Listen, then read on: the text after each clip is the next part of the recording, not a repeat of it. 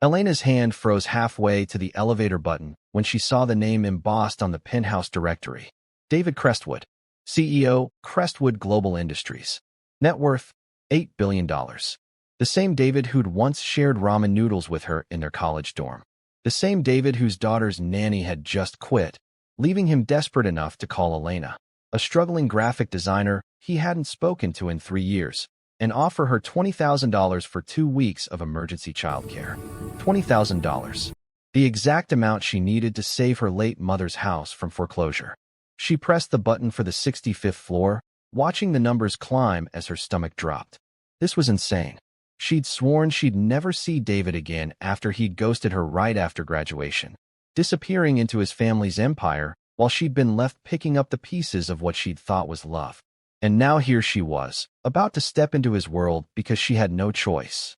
The elevator doors opened directly into the penthouse, and Elena's breath caught. Floor-to-ceiling windows showcased the entire city skyline, glittering like scattered diamonds. White marble floors reflected the light from crystal chandeliers. Everything screamed money, power, untouchability.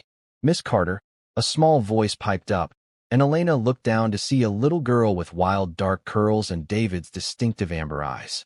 She wore a designer dress that probably cost more than Elena's monthly rent, but her face was streaked with tears.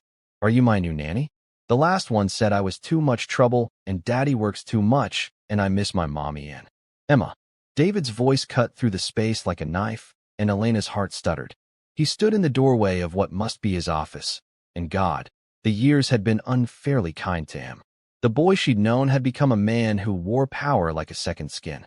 His custom suit probably cost more than her car. His dark hair was perfectly styled. His jaw was sharper, his shoulders broader, his presence absolutely commanding. But his eyes, those eyes she'd once known so well, held the same exhaustion she remembered from their late-night study sessions. The same loneliness. Elena, her name on his lips, sent electricity down her spine. "You came. You're paying me $20,000, she said, keeping her voice steady even as her pulse raced. "Of course I came." Something flickered across his face. Disappointment, maybe. Right? The money. He gestured toward a sitting area that looked like it belonged in a design magazine. "We should discuss terms." Emma grabbed Elena's hand with surprising strength. "Are you nice?" The last nanny wasn't nice. She said children should be seen and not heard, but Daddy says that's old-fashioned nonsense and I should always use my voice. "Do you think I should use my voice?" Elena knelt down to Emma's level, something softening in her chest despite her determination to stay professional. "I think your voice is one of the most important things you have. And yes, I'm nice. I promise." "Emma, go play in your room while Miss Carter and I talk business," David said, his tone gentle but firm. "But Daddy."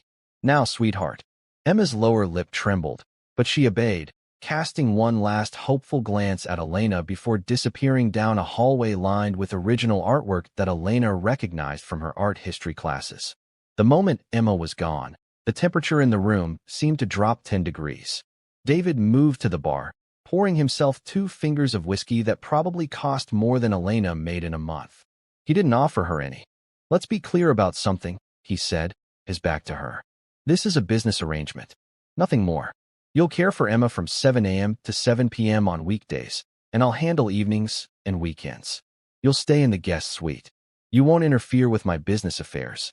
And you'll leave in 2 weeks when I've hired a permanent replacement." Elena's jaw clenched. "Understood. And let's be clear about something else. I'm here for the money and for Emma, not for you. What we had in college was a lifetime ago, and I'm not that naive girl anymore." He turned then, and the intensity in his gaze nearly knocked her backwards. "Good. Because I'm not that boy anymore either." He pulled out his phone, tapped something, and Elena's phone buzzed. "I've just transferred the first $10,000. You'll get the rest when the 2 weeks are up." $10,000. Just like that. Elena wanted to throw it back in his face, wanted to tell him she didn't need his money or his cold, corporate demeanor. But she thought of her mother's house, of the foreclosure notice, of the memories she couldn't bear to lose. "Fine," she said. "When do I start?" "Now." He glanced at his watch, a Patek Philippe that cost more than must have cost a fortune. "I have a board meeting in an hour. Emma's schedule is on the tablet in your room. Her therapist comes on Tuesdays and Thursdays. She doesn't eat anything with artificial dyes. She's allergic to shellfish. And his voice cracked slightly. She has nightmares about her mother. Claire died 2 years ago in a car accident. Emma was in the car. And just like that, the billionaire CEO facade crumbled for a moment, and Elena saw the broken man underneath. The father who was drowning, trying to be everything for his daughter while running an empire. The man who'd once told Elena he loved her before disappearing without explanation. "I'm sorry," Elena whispered. "I didn't know." "Why would you?" The walls slammed back up. "You haven't been part of my life for years. Don't pretend to care now." The words hit like a slap. "I'm not pretending anything. But for the record, you were the one who disappeared. You were the one who stopped answering my calls, my texts, my emails. So don't you dare act like I'm the one who walked away." Tension crackled between them like lightning before a storm. David took a step closer, and Elena forced herself not to retreat, even though every cell in her body was screaming at her to run. He was too close, too overwhelming, too everything she'd spent 3 years trying to forget. "You want to know why I left?" His voice was low, dangerous. "Because my father gave me a choice. Take over the company and never see you again, or he'd make sure you were blacklisted from every design firm in the country. He had the power to do it, Elena. He would have destroyed your career before it even started." The air left Elena's lungs. "What?" "He said you were a distraction, that you'd make me soft, make me weak, that a Crestwood doesn't marry some nobody from nowhere with no connections and no money." David's laugh was bitter. "So I made a choice. I protected you the only way I knew how, by staying away. You should have told me," Elena said, her voice shaking with anger and something that felt dangerously close to the love she'd thought she'd buried. "You should have let me make that choice with you. You were 22 years old with your whole life ahead of you.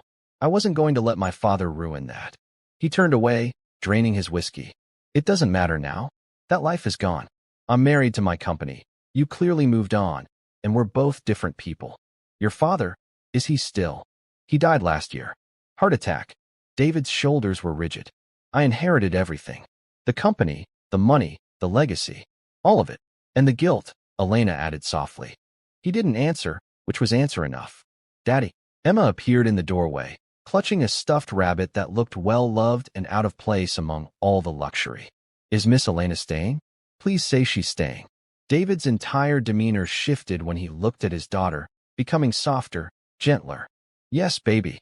She's staying." Emma launched herself at Elena, wrapping small arms around her waist. "Good. I like her. She has kind eyes. Mommy always said you can tell good people by their eyes." Over Emma's head, Elena's gaze met David's, and she saw the raw vulnerability there before he locked it away. This was going to be the longest 2 weeks of her life. The first week was a study in contradictions. By day, Elena fell completely in love with Emma, a bright, sensitive, heartbreakingly hopeful 7-year-old who talked about her mother constantly and left little notes around the penthouse saying things like, "You're really nice, and please don't leave like the others." By night, she lay awake in her guest suite, listening to David come home at midnight, 1 a.m., sometimes 2, and wondered how he functioned on so little sleep. They barely spoke. He left before Emma woke up and came home after she was asleep. Elena saw him in glimpses, emerging from his home office at 3 a.m. looking haggard, finding him asleep at his desk once when she got up for water, watching him through the window as he stood on his balcony smoking a cigarette even though she knew he'd quit years ago. On Thursday evening, everything changed. Elena had just put Emma to bed when she heard raised voices from David's office. She knew she should mind her own business, should go to her room and put in headphones. But one of the voices was familiar. David's uncle, Richard Crestwood, who she'd met briefly when he'd stopped by to drop off some documents. "You're being ridiculous," Richard was saying. "The merger with Blackwell Industries is crucial. Their daughter Catherine is perfect, Ivy League educated, from the right family, understands the business world. Marry her, combine the companies, and Crestwood Global becomes unstoppable." "I'm not marrying anyone." David's voice was tight, with barely controlled rage. "Especially not for a merger. You're thinking with your heart instead of your head, just like you did with that girl in college. Look where that got you, nowhere. You can't afford sentimentality, David. Not in this world. Get out. Don't be a fool. Catherine's father is willing to overlook your situation with Emma. He understands the value of heirs, even if they come with tragic circumstances. This is a good deal. I said get out. Now. Elena heard footsteps approaching and quickly retreated toward her room, but not quickly enough. Richard emerged, saw her, and his lip curled. The nanny. Tell me, dear, what's David paying you? When Elena didn't answer, he laughed. Whatever it is, it's not enough to matter in his world. You're just another employee. Don't forget that. He left, and Elena stood frozen in the hallway, her heart pounding. She should go to her room. Should pretend she heard nothing. Should remember this was just a job. Instead, she found herself walking toward David's office.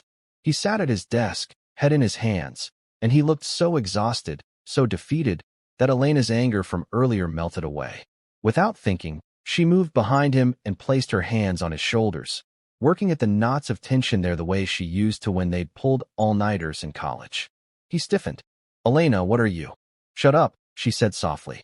Just for once, shut up and let someone take care of you. He did, and as her fingers worked the tight muscles, she felt him gradually relax, his breathing evening out.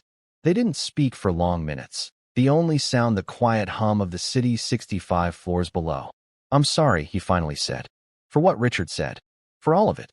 Are you really considering marrying this Catherine person? No, but the board is putting pressure on me. They think a stable family image would be good for the company. That Emma needs a mother figure. He laughed bitterly, as if marriage were something you do for optics. Elena's hands stilled. Emma doesn't need a mother figure for show. She needs someone who actually loves her. I know that. He turned in his chair, catching her hands in his. His touch sent heat racing through her veins. Elena, Daddy. Emma stood in the doorway, rubbing her eyes. I had a bad dream. About the car crash. About Mommy. David was on his feet instantly, scooping Emma into his arms. It's okay, baby. I've got you. Daddy's here. But Emma reached for Elena too, and somehow they all ended up on the couch in David's office. Emma curled between them, her small body shaking with quiet sobs. Elena found herself stroking Emma's hair while David held his daughter close, and for a moment, they were like a real family. Tell me about Mommy, Emma whispered. Please, Daddy, tell me the story about how you met. David's eyes found Elena's over Emma's head, and what she saw there made her breath catch. Pain, yes. Regret, definitely. But also something else. Something that looked dangerously like longing. Your mother was very beautiful, he began softly. And very kind. We met at a charity gala. She was there with her family. Old money, you know the type. I was there for business. She made me laugh, which not many people could do back then. Did you love her? Emma asked. I cared about her very much, David said carefully. She gave me the greatest gift, you. And for that, I'll always be grateful. It wasn't quite an answer, and Elena suspected Emma knew it. But the little girl seemed satisfied enough, her breathing gradually evening out as sleep claimed her again. I should put her back to bed, David murmured. Let me, Elena said. She gently lifted Emma, who immediately snuggled into her shoulder, and carried her down the hallway. David followed, and together they tucked Emma in, making sure Mr. Floppy the Rabbit was secure in her arms. In the hallway outside Emma's room, David caught Elena's wrist. We need to talk. About what? About the fact that I lied to you earlier. When I said I moved on. His thumb traced circles on her wrist, and Elena felt dizzy from the touch. I never moved on, Elena. Not for a single day. David, my marriage to Claire was arranged. A business deal, just like Richard wants me to do with Catherine. Claire knew I didn't love her, not the way she deserved. She knew about you. She even said, once, that she hoped I'd find you again after she was gone. His voice cracked. She was a good person who deserved better than a husband who was in love with someone else. Elena's heart was thundering so hard she thought it might burst from her chest. Why are you telling me this? Because I'm tired of lying. Tired of pretending I don't feel anything when you're in the same room. Tired of watching you with my daughter and not imagining what it would be like if this were real.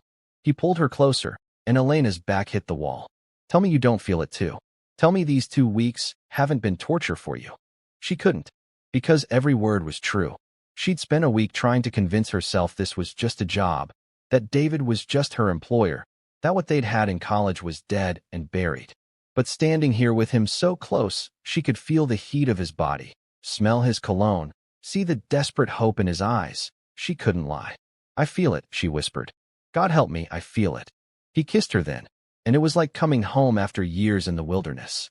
His hands tangled in her hair, pulling her impossibly closer, and Elena melted into him, all the walls she'd built crumbling to dust. This was dangerous. This was stupid. This was everything she'd promised herself she wouldn't do. She didn't care. When they finally broke apart, both breathing hard, David rested his forehead against hers. Stay, he said. Not just for the 2 weeks. Stay. David, this is crazy. Your uncle, the board, this whole world you live in. I don't belong here. You belong with me. With us. Emma adores you. He swallowed hard. I love you. I've loved you since we were 20 years old, and I've spent every day since then trying to convince myself I could live without you. I can't. I don't want to. I don't know if I can do this, Elena said honestly. Your world is so different from mine. The money, the pressure, the expectations. Then we'll figure it out together. I'll step back from the company. Hire a CEO to run day-to-day operations. We'll sell this place if you hate it. Buy something smaller, more normal. I don't care about any of it. The money, the business, the legacy. I only care about you and Emma. You can't just walk away from everything. Watch me. His eyes blazed with determination. I spent 3 years doing what everyone else wanted. Marrying the right person. Building the empire. Playing the part. And I was miserable every single day. I'm done living for other people's expectations. I want to live for us. Elena thought about her mother's house, the foreclosure notice, the desperation that had brought her here. She thought about Emma, beautiful broken Emma who'd warmed her way into her heart. She thought about David, not the billionaire, but the boy she'd loved who'd grown into a man still capable of surprising her. Okay, she said. Okay, I'll stay. The smile that broke across his face was like sunrise after the longest night. He kissed her again, slower this time, sweeter, and Elena felt something in her chest unlock. This wasn't going to be easy. There would be board meetings and disapproving relatives and public scrutiny. But maybe, just maybe, it would be worth it. Miss Elena? Emma stood in her doorway, Mr. Floppy dangling from one hand. Are you kissing my daddy? They sprang apart like guilty teenagers, and Elena felt her face flame. But Emma was grinning, bouncing on her toes with excitement. Does this mean you're staying forever? Like a real family? David looked at Elena, raising his eyebrows in question. Elena took a deep breath, then nodded. Yeah, sweetheart, she said. Like a real family. Emma shrieked with joy and launched herself at them both. And somehow they all ended up in a tangle on the hallway floor, laughing. And for the first time in 3 years, maybe for the first time ever, Elena felt like she'd finally found where she belonged. 6 months later, Elena stood in David's penthouse, their penthouse now, watching the sunset paint the city in shades of gold and pink. Emma's laughter echoed from her room, where she was showing David her latest school project. The sound made Elena smile. They'd navigated the storm together. Richard had resigned from the board in protest. Some of David's social circle had dropped them. The media had had a field day with the story of the billionaire CEO and his daughter's nanny. But they'd weathered it, choosing each other over and over again. David had kept his promise. He'd stepped back from day-to-day operations, promoting someone else to CEO while he stayed on as chairman. He spent mornings with Emma, afternoons on strategic planning, and evenings with his family. Real family. They'd kept the penthouse. Elena had grown to love it. But they'd also bought a cottage upstate where they spent weekends being normal. No staff, no security beyond what was absolutely necessary. Just the 3 of them. Elena had saved her mother's house. David had tried to just pay off the mortgage, but she'd insisted on doing it herself with her salary. It mattered to her, maintaining some independence, some sense of self beyond being David's partner. He'd understood, even if he'd grumbled about it. There you are, David said, coming up behind her and wrapping his arms around her waist. He nuzzled her neck, and Elena leaned back into him. Emma wants to know if we can get a puppy. A puppy. Apparently, all families need a puppy. It's a rule. His voice was warm with amusement. She's very persuasive. I wonder where she gets that from. No idea. He turned her in his arms, and the love in his eyes still took her breath away. Thank you. For what? For staying. For loving Emma. For loving me. For making me remember what actually matters in life. He kissed her softly. For being my second chance. You gave me a second chance too, Elena said. At love. At family. At believing in happily ever after. Speaking of which, he pulled a small box from his pocket. and Elena's heart stopped. I know we're doing everything backwards. Living together before marriage, raising Emma together. But I want to make it official. I want the world to know that you're mine, and I'm yours, and we're building something real here. He opened the box to reveal a ring. Not ostentatious, not massive, but perfect. A single diamond that caught the light like captured starlight. Elena Carter, will you marry me? Will you be my wife, Emma's mother, my partner in this crazy life? Will you take a chance on us? Elena thought about the girl who'd walked into this penthouse 6 months ago, desperate and heartbroken. She thought about the boy David had been and the man he'd become. She thought about Emma, sleeping peacefully now without nightmares. She thought about the family they'd built from broken pieces and impossible odds. Yes, she said, tears streaming down her face. Yes to all of it. He slipped the ring on her finger, and it fit perfectly. Of course it did. Because sometimes, despite everything, despite the pain and the years apart, and all the obstacles, love finds a way. Sometimes the boy you loved becomes the man you were meant to be with. Sometimes broken things heal stronger than before. Sometimes you get your second chance. And when you do, you hold on to it with both hands and never let go. Emma appeared in the doorway, took one look at them, and squealed. You're getting married. We're going to be a real family forever and ever. We already are a real family, baby, David said, pulling his daughter into their embrace. This just makes it official. And as Elena stood there, surrounded by the two people she loved most in the world, she realized something profound. She'd come here for money, to save a house full of memories. But she'd found something worth so much more. She'd found home, not in a place, but in people, in love, in the courage to try again. The city glittered below them, full of lights and possibilities. And Elena thought about everyone out there who was struggling, who was heartbroken, who thought their chance at happiness had passed them by. She wanted to tell them, don't give up. Sometimes love comes back around. Sometimes what you thought you lost forever finds its way home. Sometimes the ending you thought you had becomes the beginning of something even better. If this story touched you, if you've ever had to choose between love and practicality, if you believe in second chances, share your thoughts in the comments below. Have you ever reconnected with someone from your past? Do you believe love can survive years apart?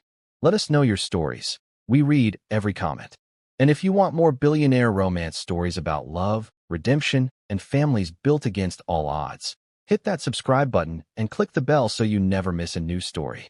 Give this video a thumbs up if you believe everyone deserves a second chance at love, and share it with someone who needs hope today. Because the most powerful thing about love is that it never really dies. It just waits for the right moment to come home. Thank you for being part of this community where we believe in love that conquers all. Until next time, remember, your happily ever after might be just around the corner. Don't give up on it. We will see you in the next story.